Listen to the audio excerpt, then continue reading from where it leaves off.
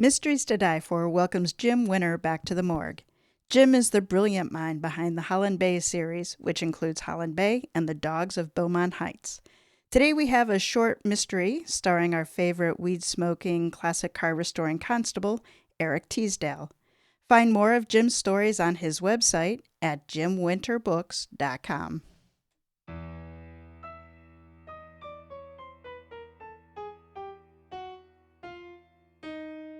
Welcome to Mysteries to Die For. I am TG Wolff, and I'm here with Jack, my piano player and producer. This is a podcast where we combine storytelling with original music to put you at the heart of a mystery. All of our stories are structured to challenge you to beat the detective to the solution. Jack and I perform these live, front to back, no breaks, no fakes, no retakes. In the world's most dangerous working environments, it can seem like everything is out to kill you.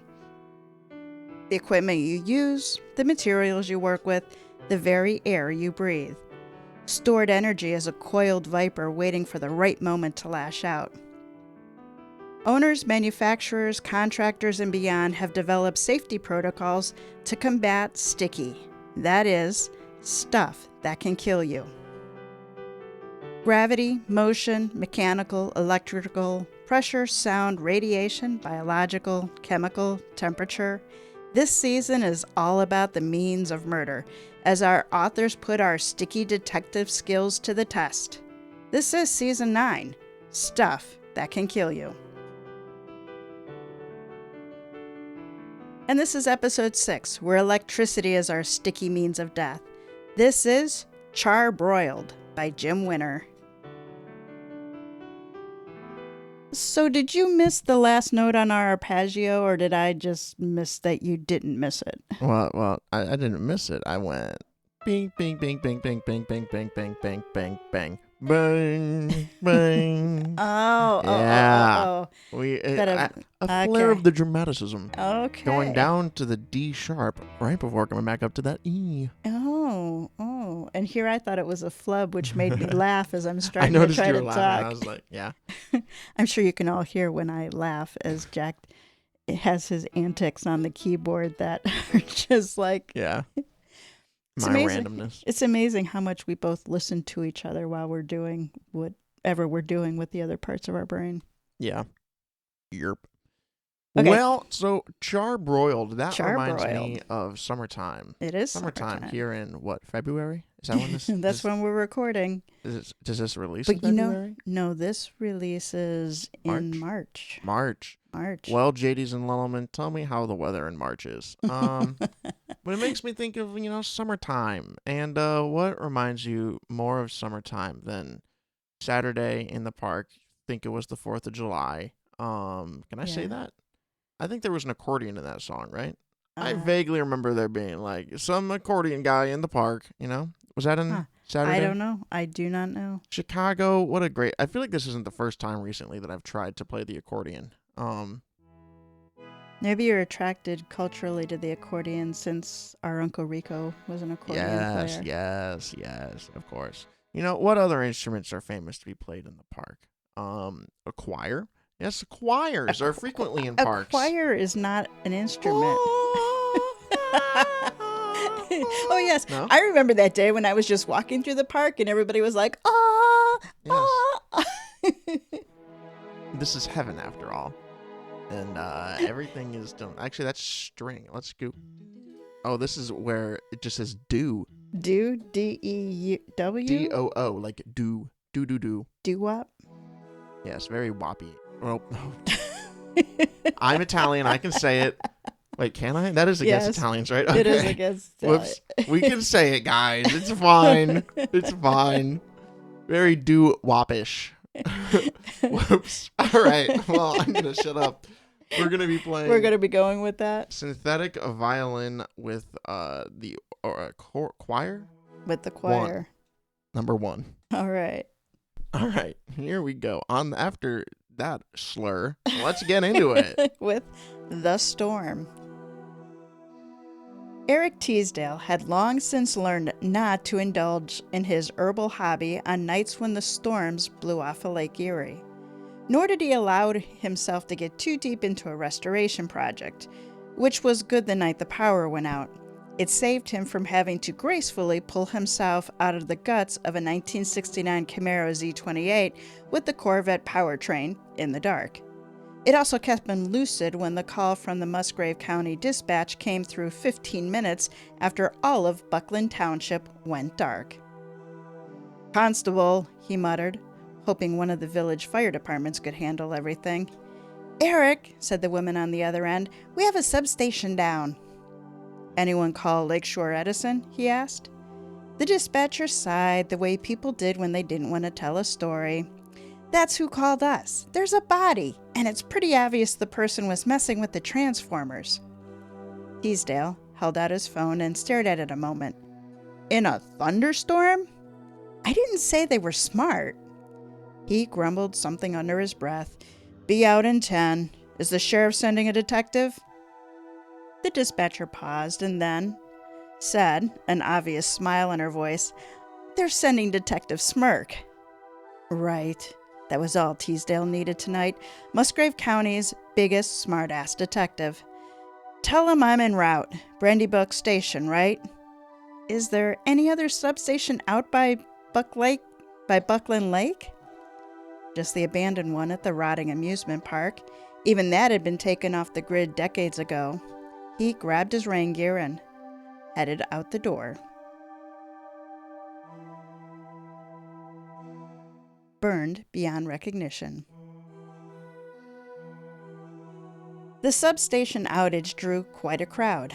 Lakeshore Edison sent 2 trucks. Buckland Township sent both a squad car and 2 fire engines. And then there was the Nissan Z. Teasdale recognized it. Its owner would try to keep that car until it fell apart, no doubt as she sped down Buckland Pike, flaunting the speed trap set up to fund, among other things, Teasdale's meager salary. The owner stood in the floodlights with her back to him, dressed in a trench coat and a fedora hat that repelled the rain. Teasdale knew the outfit was meant to handle the rain. He also knew she looked like Carmen Sandiego from a distance. "Show off," he muttered under his breath. "Detective DeMarco." She turned to face him, her trademark smirk firmly in place. "Why, Constable Teasdale, here to supervise?" "Trustees want a report," said Teasdale. "I'm here to report. Draw the short straw tonight?" "Buckland Lake is always the short straw," said DeMarco. "And the coroner's busy. A lot of heart attacks and car accidents. Couple of lightning hits. Stormy weather. Well, let's go look at the corpse." They walked back to where the first responders had covered the unfortunate soul in a sheet. It made Teasdale nervous to be walking inside the chain-link fence surrounding the substation. "Relax," said DeMarco. "They de-energized it while waiting for the fire department to arrive." The paramedic pulled back the sheet to reveal a charred corpse. "Well," said Teasdale, "that's not something you see every day."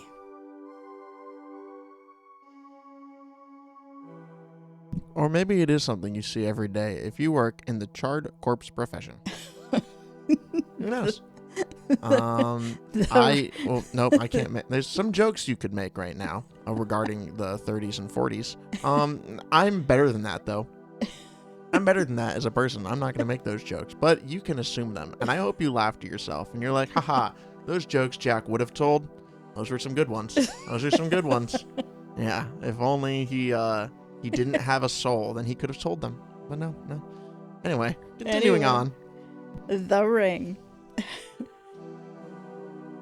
"It's called an arc flash," said the Lakeshore Ed guy.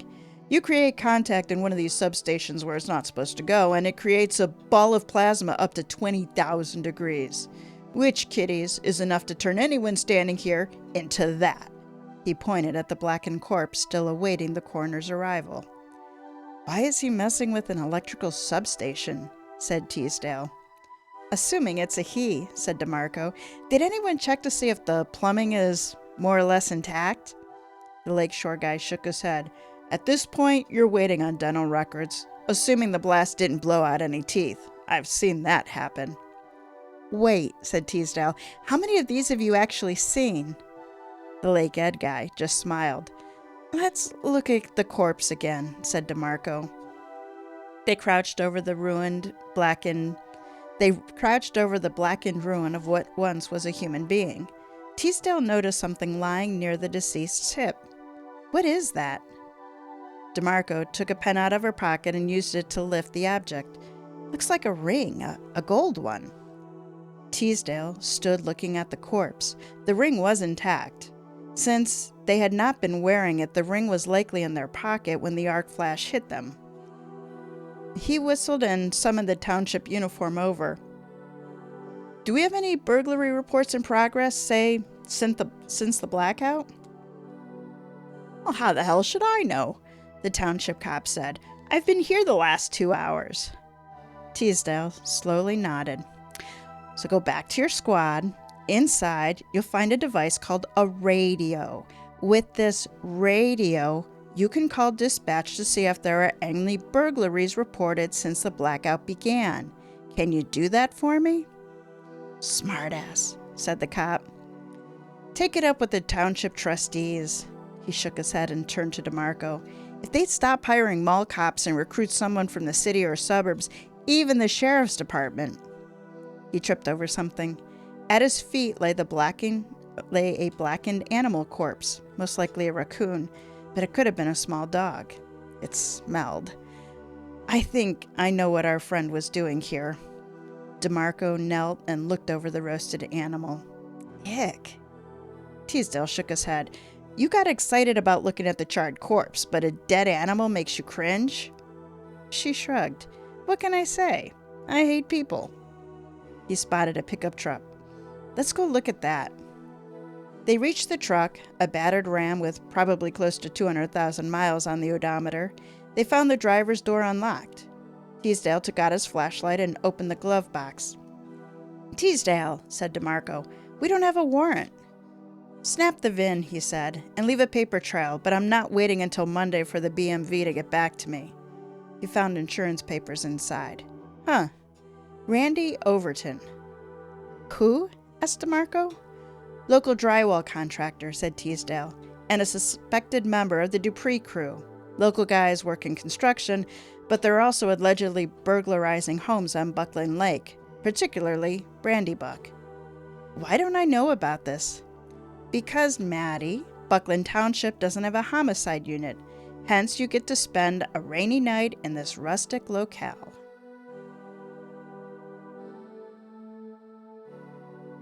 The crew. Teasdale explained who the crew were. Overton, of course, drove the truck. Eddie Dupree, who headed the crew, also led them in construction jobs. He was just smart enough not to get caught. That leaves Hunter Marsh and Toby Zyan, said Teasdale. Of the four, Zyan's the electrician. So it's Zyan, said DeMarco. But it was Overton's truck. Right, said Teasdale. And neither of them carried that ring. That belongs to Hunter Marsh. The dude wore it all the time. His phone buzzed. He took the call. Got it. He cut the call and said, that was one of the township guys. Burglary on Landon Lane over off of Buckland Lake Pike. Toolboxes open, but the doors were all locked. And apparently the kitchen raided. No beer in the fridge and 2 large boxes from Costco dumped on the back deck. All bulk snacks. Apparently, larceny is hungry work. DeMarco nodded at this. I think this might be the same burglary ring that hit a few places over in Stoneport and Milan. They always disable the Wi-Fi and security, enter through the garage, and use the victim's own tools against them, and then clean out the snacks. The township police, said Teasdale, pulled over Marsh one morning after a homeowner in Brandybuck complained that he'd taken a few of his tools and cleaned out his Costco haul from that afternoon. Marsh was speeding and had all the still unopened boxes in the bed of his truck, along with 2 cases of Old Muskie. DeMarco wrinkled her nose. How does anyone drink that stuff? It makes Bud Light taste like a microbrewed IPA. Teasdale shrugged, being a Yingling man himself. No receipts and crumbs on his face made for a weak probable cause. So he got off with a speeding ticket. The last 3 burglaries had all been in homes where Dupree had led a renovation crew. Same MO. Disabled Wi-Fi, toolboxes open, kitchen raided. This last one was the most brazen, and that's what caught our attention. Why weren't we informed about it? Asked DeMarco. Because the trustees and the 3 mayors along Buckland Lake hate your boss. Gotta hate when the rich hate the boss. You gotta hate it. Well, this is local politics. They all get pretty like, this is my turf, you stay off, mine, yours. Stereotype to kill. You know. Yep. Stereotype to kill the kind of guy who went up on an electricity pole. And got Get it? arc flashed. Get it? Did you that get was what a I stretch. said? I feel like what I said was funny. I feel like the audience will get it. They'll be like, that Jack, he's got jokes. He might not be able to tell them for ethical reasons, but he has jokes. Oh my goodness, you make me cough. All right, here we go. Here we go. Not quite Watergate. Naturally, they hit a place in Tony Brandybuck where local celebs and elite kept weekend homes. As it happened, a local caretaker making rounds discovered the break-in as he checked the home of Sergei Kopinski, the star center for the Monticello Huskies. Sergei had been out of town doing sports commentary for ESPN. The house had been unoccupied since the beginning of August. Teasdale and DeMarco walked into a musty-smelling crime scene. A township uniform and deputy secured the house before doing a quick walkthrough. O'Neill, the township cop, said, "Same thing we've been seeing all summer. No sign of break-in. Generator sabotage, tools missing. Lock the doors behind them. All the snacks are cleaned out." DeMarco asked to see the caretaker, an older man who would not have been out of place in a Stephen King novel set north of Castle Rock. He had the name Culpepper, which Teasdale saw on the side of the pickup out front. "Fourth Jenny I've found sabotage since the storm," said Culpepper. "Gas cut off or solar battery unplugged. This is the only place burglarized." "Anything missing from the kitchen?" asked DeMarco. "Yep," said Culpepper.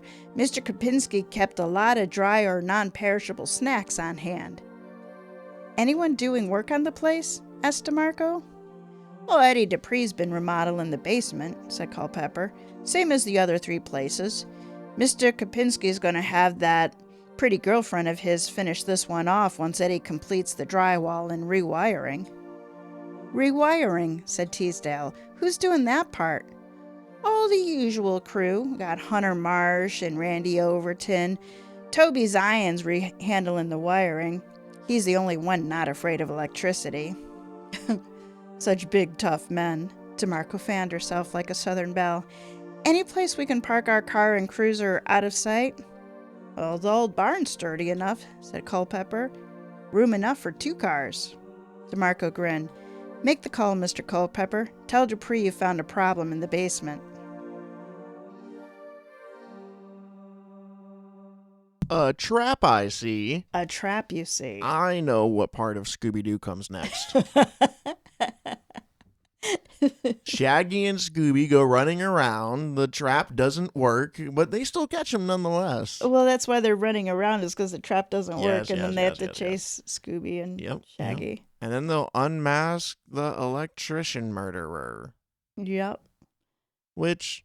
Well, we kind of know the murderer, because this isn't suicide, but this is the guy. I mean, the guy did it himself. Killed himself. It just occurred to me. I was like, wait, what is the mystery? Actually, I'm not sure I know what the mystery is. Who is the crispy critter? Who is the guy who died? Yes. Oh. We know he's dead, and, essentially we know he did it to himself. So it could be Randy Orton. Randy. Okay, so you don't know who Randy Hunter Orton Marsh. is. I don't. Oh, he's a real person. Oh. Anyway. Sorry, Randy Orton. He's a wrestler, I think. I don't know. I think we should shut up about things we don't know. Why? What makes you say that? Anyway, you're right. We're not at the deliberation. I should shut up. I'm just trying to figure out, what the mystery was. That's the you're mystery. right. I kind of assumed the mystery was going to be who the dead guy was earlier. It's a little bit different than our standard murder mysteries. It's a fun one. Who died? Who died? That's simple. That is the simple question. Who died? He's got a ring on. All right. Roadkill on Highway 250. Yerpers. Teasdale got another call from a deputy named Swenson. Hunter Marsh's pickup had been found abandoned on US 250, the main drag through neighboring Milan into Monticello and to Lake Erie Islands. No Marsh, but a lot of dead animals in the bed. Teasdale had the call on speaker since he had DeMarco with him. Say what? Swenson sighed, and Teasdale could picture her pushing her hair back from her face. 2 cats, a raccoon, a rabbit, and a small dog. All of them roadkill. Dead animals? A dead animal was a great way to make sure substation sabotage looked like an animal had gotten over the perimeter. Uh-huh. Anything else? A case of Old Muskie and one of those Costco boxes of chips that would get you through the average apocalypse. Swenson paused a beat. No Marsh. Almost looks like a stolen pickup the way it was abandoned. Thanks, Deputy, DeMarco said, and then looked at Teasdale. Dead animals? A couple years back, I got a briefing in downtown Monticello about certain fringe groups shooting up electric stations to disrupt power. He frowned. Didn't think it would be 4 drywallers drunk on Old Muskie. Why? I think that's a dangerous thing to assume. Drywallers are perfect criminals. I think the drunk on Old Muskie is the perfect criminals. Yeah, that's true. You can really be anyone drunk on Old Muskie. Okay. Who knows what crimes you're committing? All right. You, me, and Dupree. DeMarco had retrieved a radio rig from her car to talk to the township cop, O'Neill, discreetly. She and Teasdale stood in the kitchen of the Kopinski house, waiting for Dupree to come in. Eddie Dupree showed up in his overloaded pickup. He muttered to himself as he trudged toward the Kopinski house. Scanning the yard, Dupree stared at Culpepper's pickup. It was considerably less loaded down than Dupree's, but then Culpepper was checking locks, storm damage, and heating and AC for his clients, not redoing an entire basement. About time you got here, he heard Culpepper snap. The front door opened and Culpepper's voice was heard continuing to chastise the contractor. Teasdale nodded to DeMarco. He's in, said DeMarco, going radio silent. Copy that. Teasdale cringed, hoping Dupree didn't hear the radio. Culpepper had a deep voice that carried, but it might not have covered the radio chatter. DeMarco killed the rig, and the pair walked into the living room. Teasdale had his badge on his belt. Usually, it stayed in his pocket. Morning, Eddie, said Teasdale. Busy morning? Dupree, eyes already puffy with exhaustion, went paler than he'd been when Teasdale walked in. I don't know anything. DeMarco gave her trademark smirk. Do you know where Toby Zyan, Hunter Marsh, or Randy Overton are? Well, if the answer was yes, this would be a much easier whodunit. Well, who died it, you know? So the answer is no. The answer is no, guys. I can spoil it for you. I haven't read it, but I know the answer is no. So good luck. Good luck. Confessions of a Dirty Contractor. We were going to hit 4 homes tonight. Zion's already taken care of the generators. Marsh tried to back out, said Dupree. So Overton took his ring, said he could have it back when we hit all 4 places. Teasdale wondered how Overton got the ring. Then again, the ring looked bigger than his own finger would have handled. Marsh probably bought it more for show than fit. Why disable the substation? Seems kind of risky for petty burglary. I'm not talking to you two until now, said Dupree. Am I? Disable the local power grid, and even Culpepper fixing Jenny's won't stop us from disappearing again. So Hunter Marsh got himself fried at the substation? Asked Teasdale. Dupree went pale. I don't know what you're talking about. Or was it Overton? Both their trucks were found abandoned, said DeMarco. Overton was at the substation. Now it's at the impound in Norwalk. What about Toby Zyan? We have no evidence of him. I want a lawyer, said Dupree. I'm sure you do, said Teasdale. I'd like a good night's sleep, but that didn't happen. He looked up to see O'Neill stepping through the front door. Impound Mr. Dupree's truck and take him to Mears Cove. We'll question him there. He'll just lawyer up, said DeMarco. So, let's go visit Zyan, Marsh, and Overton. See who answers their door first. DeMarco took out her cell and phoned the sheriff's department in Norwalk for assistance. So, who fried? Yep. Who fried? We are at the deliberation. Yes. We are here after a long journey through fried chicken. No, and it's horrible. What? All right. So Teasdale has a crispy critter on his hands, Yes. a victim of his own stupidity. Yes. But who is he? Who? Teasdale needs our help to put a name on that toe tag. Teasdale sounds like a town. I've been confused a couple times. Eric Teasdale, Just the Dale. our constable. Oh, yeah, true. Here are the Constable. potential victims in the order they were mentioned. Hunter. Hunter Marsh, drywaller. Randy Overton, drywaller. and Toby McGuire. Toby Zyan, electrician. Okay, I was Okay. close. So here's what Teasdale knows. During the Lake Erie storm, someone decided to tamper with the substation feeding Buckland Township. Responding to the outage, the utility crew discovered the body of a person killed by arc flash. Crazy. There are no visually identifying features remaining. That's kind of On nasty. the body. That's Yeah. kind of nasty. Like, I mean, that... 20,000 degrees. Ooh. That's... Didn't we have something like that with the glass factory one where, like, it was even hotter and you would Oh, yeah. vaporize if you jumped into the glass Yeah, smelting you just process? be a puff of smoke and steam. Yeah, and that one would they would give you like the body weight in glass to bury. Oh my gosh, I want that so badly. Oh my gosh, no. What? I like instead of being cremated, I'm not saying I want to be alive while it happens. I'm saying toss my body in there and give my wife the piece of art, and she can hang at me on the wall. Not a lot of people can be hung on walls. No. Next to the body was a gold ring. It was determined to belong to Hunter Marsh. It wasn't on the body? No, remember it said that it must have been in the pocket because it sort of survived it. So it was laying on the ground next to the hip of the body. Okay. So they thought it was in the pocket. Interesting. Pickup found near the substation belonged to Randy Overton, a drywall installer who is reportedly terrified of electricity. So Randy, who's scared of electricity, it has a pickup located near the body. Yep. A separate pickup was found off a state route. It was filled with 5 dead animals, a case of cheap beer, and an oversized box of chips. They traced that back to Hunter Marsh. So it's Hunter's gold ring. Hunter's truck was found away from the crime scene. Uh-huh. And Randy Overton's truck was found at the crime scene. So Hunter hunts dead animals. Do you really hunt dead animals, or do you scavenge Hunt them? down. You're right. Like a vulture? Well, hunt makes it sound like the thing you're hunting is also avoiding you. Right. And I suppose it isn't. More It's a dead scavenging. animal. Yeah.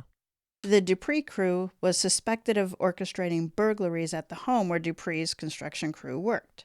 The crew's MO was to go in while the residents were gone, steal tools, alcohol, and snacks, and then lock up behind themselves. Yeah. Except they're like known for doing it. Who would hire them? That's a terrible marketing scheme. Caretaker Culpepper was checking on his clients' houses when he found 4 generators disabled. Only the house of the basketball star was broken into. Oh, so like they hadn't got to them all? Or something, yeah. Or something. Okay. Yeah. Interesting. Dupree reported that they were planning to burgle the 4 homes when Marsh wanted to back out. Overton took Marsh's ring, telling him he could have it back when the jobs were done. So this ring was related to the crew. Yes, the ring is related to the crew. Okay. So Weird. Who is the crispy critter? Who took the ring Let me see. off the other person? Overton took Marsh's ring and said he could have it back when the jobs were done. But in theory, Overton would also have his own ring, no? Do they all have their own ring? They didn't describe this ring. He said it was more for show than style, so I'm guessing it's not like a wedding ring, maybe more like a class ring or something. I was under the impression that the crew had like these rings, especially if it means something that it can be revoked. No, I think the only crew member who's said to have a ring is Overton, is Randy. Okay, just from a societal standpoint, if I have a we're ring, getting philosophical. if here. I have a ring that he must have bought himself. Yeah. If I bought myself a ring, and then I'm part of this crew, and then I'm like, I don't want to, do this gig tonight, and someone took my ring from me, I'd be a little pissed off. Well, that's what they were using it as leverage. Like, you to make him signed up do it? for this, you finish the job, we'll give you your ring back. Does that make more sense to you? That does make more sense. I was under the impression that they got the ring for the crew or something. So we have Toby Zyan, who is the electrician. Yes. We have Hunter Marsh, whose ring it is. Yes. And we have Randy Overton, whose took the ring. truck it is and who took the ring. Okay. Interesting. So who do you think is arc flashed? Well, looking at this nice and baldly, it seems to be Randy, right? Because Randy took the ring, thus he has the ring in his pocket, and Randy's truck is right there. I really don't remember. I feel like that's too simple, though. Like, well, don't overthink things. You always talk yourself. Well, you don't always, because sometimes you talk yourself into the right answer. Yeah, so I'll just shut up. That's right. Never mind. That's Game it the way only Jack can game things. I feel like there's a clue in there that I'm missing. So the electrician is who? Toby? Toby. And so, in all likelihood, it's probably not Toby because, while he's probably the most likely to be up there because he is the electrician, he's also the most experienced. Thus, But, of course, this is a story. Wouldn't put himself where he would get. Yeah. Arc-flashed. And, quite possibly, they could have given the ring back to the guy, right? They could have. Because, what? They said they'd give it back to him when the job was done? Yes. I guess maybe not, because the job hadn't been done. According to Culpepper, only one of the houses had been robbed of the ones that had the generators knocked out, so it doesn't seem like the jobs were done. Doesn't seem like they were done. Yet, where are these people? They robbed one house and then went home? Or are they going to go search the other houses? I think we'll find that out after the deliberation. Okay, because that seems weird as well. They seem to be prepared to do a lot of hits and then didn't do all of them. Yeah, I'd agree. Which means the others probably know about the guy who got fried and then ran or something. I don't know. Something. Or something. Yeah, I don't think it's Randy, but I don't see how it could be the other two. I don't see the evidence. There's a clue that I'm missing if it's someone else. So I'm gonna have to go with Randy. We're going with Randy. All right, all my armchair detectives out there, whatever y'all doing while you're listening. All my other overthinkers. Yeah. Overthinkers Anonymous. Yeah. Yep, that's us. That's us. You love overthinking. Come try mysteries. Let me tell you, you can overthink till the crows call home, right? It's grand. It's Overthinkers grand. Anonymous. That's too funny. Yeah. All right. You ready for the living and the dead? I'm ready. Zyan lived closest to Karpinski's home, so they visited him first. He lived in a shabby four-family in Buckland Lake, once part of a boarding complex for the local high school. Teasdale doubted Zyan ever taught a day in his life. Their knocks were met with muffled swearing and the sounds of people scrambling within. Finally, the unshowered, unshaven Toby Zyan opened the door, his eyes looking like taillights. Not dead. Whoa! Forgot to turn my mic on. Not dead. Not dead. What? He said as if some religious type had woken him up to leave a copy of a tract for him. Mind if we come in, said Teasdale, flashing his badge. He didn't wait for an answer, but Zyan offered no resistance. He took that as a yes and followed the man into the kitchen. At the table sat another man in his boxers and a Metallica shirt that had seen better days. He had a beer with his Cheerios. "What?" he said. "Hunter Marsh?" asked DeMarco. "Maybe." "What if I am?" answered Marsh. "Yes," said Teasdale, "that's Hunter. We found your ring." Marsh flinched. Before it could respond, DeMarco said, "Why is your pickup abandoned on US 250 in Milan?" Marsh's eyes widened. "It was stolen? I thought I just parked it at the wrong bar last night." "Uh-huh. With a bunch of dead animals in the bed?" asked DeMarco. "What's this about?" asked Zyan. "It's about a charred corpse found at the substation in Buckland last night, not to mention the roasted raccoon we found alongside it.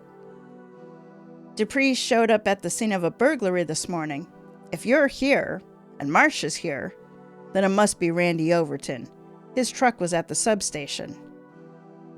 Zyan opened his mouth to speak, but Teasdale and DeMarco had their guns out.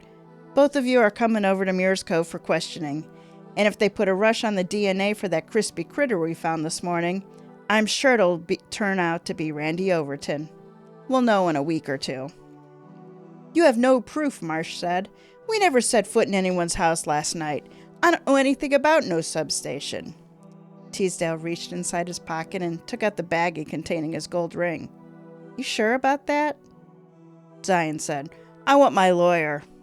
DeMarco just smirked. "Thought you might." The media attention grew over someone getting incinerated at Brandybuck substation, along with speculation about Dupree's contracting crew doubling as a burglary ring. Two of the stations passed their local stories to their parent companies, which in turn had nationwide local news networks. It took only a day for it to hit the big three cable news outlets, along with ABC, NBC, and CBS. Needless to say, Randy Overton's DNA got moved up in priority with orders from the sheriff himself. Identify him and get us out of the news cycle. "So the dead animals were to short out the substation," said DeMarco, as she had a beer with him over at the Muir's Cove bar. "That's clever. Less evidence than when those idiots started shooting them up over drag queens or some nonsense." "Not too clever," said Teasdale, sipping an old musky draft. "Overton cooked himself to death. How he got on the fence is beyond me." "Oh, Zyan would have known," said DeMarco. "But take the electricity out of the equation, and Overton is probably best knew how to get close. He does have a record for petty break-ins from his younger days. To him, it was just another property. So why abandon the truck in Milan?" "A bed full of roadkill," said Teasdale. "Marsh and Zyan probably rode to the burglary in Dupree's truck, then took Zyan's car back to his apartment. They didn't hit the other houses because, even if Overton's death hadn't spooked them, they weren't about to wait out Culpepper checking out the other houses in the middle of the night. The point of their method, minus raiding the fridge and the pantry, was to strike when no one was home. Culpepper might not live in those places, but he belonged there." DeMarco nodded. "But Dupree still had the Costco haul and the beer in his bed. You'd have thought he'd have dumped all of that, along with the swag." "Well, you'd have thought." Teasdale didn't say any more and sipped his beer. "Why did they split up?" Teasdale swirled his beer as he thought. "I'm guessing Zyan and Marsh realized they weren't as clever as they thought they were. Had they just stuck with disabled generators, they probably would have pulled off all 4 houses. But Overton getting incinerated left them with just enough courage to do one. Notice we didn't have any other burglaries." DeMarco regarded him thoughtfully.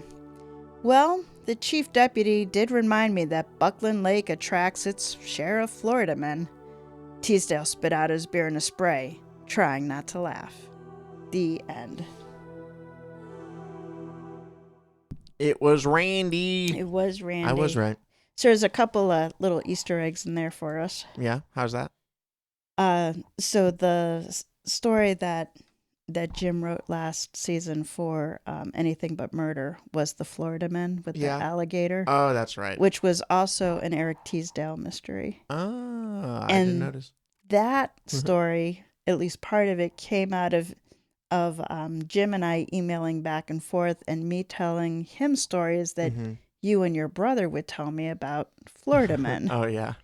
And so then Jim's been kind of watching those. And actually, the one that he used, which had an alligator in a school bus, after he turned in the draft for us, there was a story about a Florida man with 2 alligators in some sort of vehicle. And he's like, damn it, they stole my story. I mean, if you write a crime about it, someone will just, inspiration. What can I tell you? It didn't even get published. It was between when he turned it into us and we published it. They manifested it. They were like, we know someone's talking about us. Yeah, so that was definitely a little Easter egg for us, the reference to the Florida man. That's funny. Oh. No, yeah. I like that one. You're right. I tried to overthink it. But yeah. So a couple things. So arc flash is obviously a real thing, and it really does kill. When I've been on different plant sites, I don't have a background in electrical, so I was hanging out with people who do. You know that they tell you to wear natural materials and natural undergarments like cotton because the synthetics can get burnt into your skin. I thought it was because the synthetics melt. Yes, they melt, but it's like into your skin. Isn't that horrifying? Ouch. Yeah. And then I was looking up, so Milan, Ohio is a real place, even though Buckland it's spelled Milan. It is. I kept looking over and being like, what the hell is Milan? I had to double check how to say it because, I'm originally from Cleveland and I was 99% sure it was Milan, but I always get tripped up in this part of the country when we have names of European cities that are really just said differently. Lafayette. Greenwich or Greenwich instead of Greenwich. Yeah. Laporte. Yeah. I love Laporte. But some interesting little stuff, and I don't have it in front of me. I'm going off the top of my head. But apparently, Milan was started back in the 1800s. It was hard to get some of the farm crops up to Lake Erie to be transported. So they dug a canal, the Milan Canal, that connected Lake Erie to this small town. And it up until the railroad, so in the late 1850s and 1860s, this was like a bustling small town for commerce. And then it kind of died as far as commerce went once the railroad started because they weren't a part of it. I guess it sounds like something that's happened all over the place where like the canal people didn't want the railroads in there, so they succeeded in keeping them out. But then, of course, railroads became the dominant force of transportation, and there was no railroad stop there. But apparently, it's like a town of 1,500, and apparently it is just gorgeous with different types of classic American architecture. Yeah. Because it was a fairly wealthy, well-developed town. So I'm kind of thinking we should go by there because they were talking about all the different types of architecture and the houses and stuff. Architecture is very pretty. It is very pretty. We just did a documentary in the one club I'm in for the architecture in Columbus, Indiana. Oh, there's a lot of architecture in Columbus. Yeah. And they did like I don't fully remember what it was. I didn't end up going on that shoot because I was busy that day. So my group mates know a lot more about it than I do, but they finished up, I think it was with a contest or like honoring something. Yeah. I can't remember. There was an event there. I haven't seen a lot of the stuff they're most famous for, but I've seen several of the bridges, and then as I've paid visits to customers and stuff down there, it is definitely different and unusual. You go into cities who really value and prize architecture, and visually they are different. They are stunning. Yes. Plus, like new architecture kind of has to meet a certain standard that in a lot of developing cities, they don't quite have that standard. Do you like new architecture? It depends. I mean, there's a bunch of different styles and theories on it, so it like depends. But like a lot of like kind of almost brutalist, just pure efficiency stuff, I find to be kind of, I don't know, not the most visually appealing.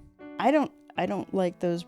I like the word, what do you call it? Brutalist? Brutalist, yeah. Because that's the way it feels. Like there's nothing cozy about it. There's not like... It's a very cold environment. Yeah. So I've seen some houses, especially in magazines, And it's like, boy, that is not a place you want to cozy up into a corner with a book. Yeah, it kind of makes you, like, there's a certain personality that lives in there. Yeah. And Is it demented? No, just a little cold in general. Oh, okay. And maybe like, it's for again, people brutally who efficient. are so hot that, they need cold. Oh, it doesn't look like it's easy to heat. No, it I doesn't. mean, it's like pure concrete. I mean, it's just like, wow, you spent a lot of money on your furnace. So let us introduce you to our friend Jim Winter. So Jim is a software developer and vinyl addict from Cincinnati. He is married to a blessed woman who tolerates his love for LPs. He is the author of the Celloverse series, which includes the Holland Bay novels and Eric Teasdale stories. So check out his website, Jim Winter Books, to find his novels as well as short stories and where they are available. So that wraps up this episode of Mysteries to Die For. Support our show by subscribing, telling a mystery lover about us, and giving us a 5-star review. Check out our website, m2d4podcast.com. We have links to this season's stories, and then through there you can get to the authors, all of their stories that they've written for Mysteries to Die For, as well as to their websites where you can find out more about their backlists. Mysteries to Die For is hosted by TG Wolff and Jack Wolff. Charbroiled was written by Jim Winter. Music and production are by Jack Wolff. Episode art is by TG Wolff. Join us next week for a toe tag, which, as you all know by now, is a first chapter from a fresh release in the mystery, crime, or thriller genre. Then come back in 2 weeks for our next original story, which is Biologic. That is our sticky means of murder. It is A Cast of Crabs by Larry M. Keaton. You're going to like this one, Jack. Cast of crabs. All right. Crabs? Crabs. What's the murder type? Do we get to know? Biologic. Oh, you just said it. They're didn't you? aminals, so I figured biologic was the Aminals indeed. Aminal murder. Biological is fun. All right, Jack. Take us out.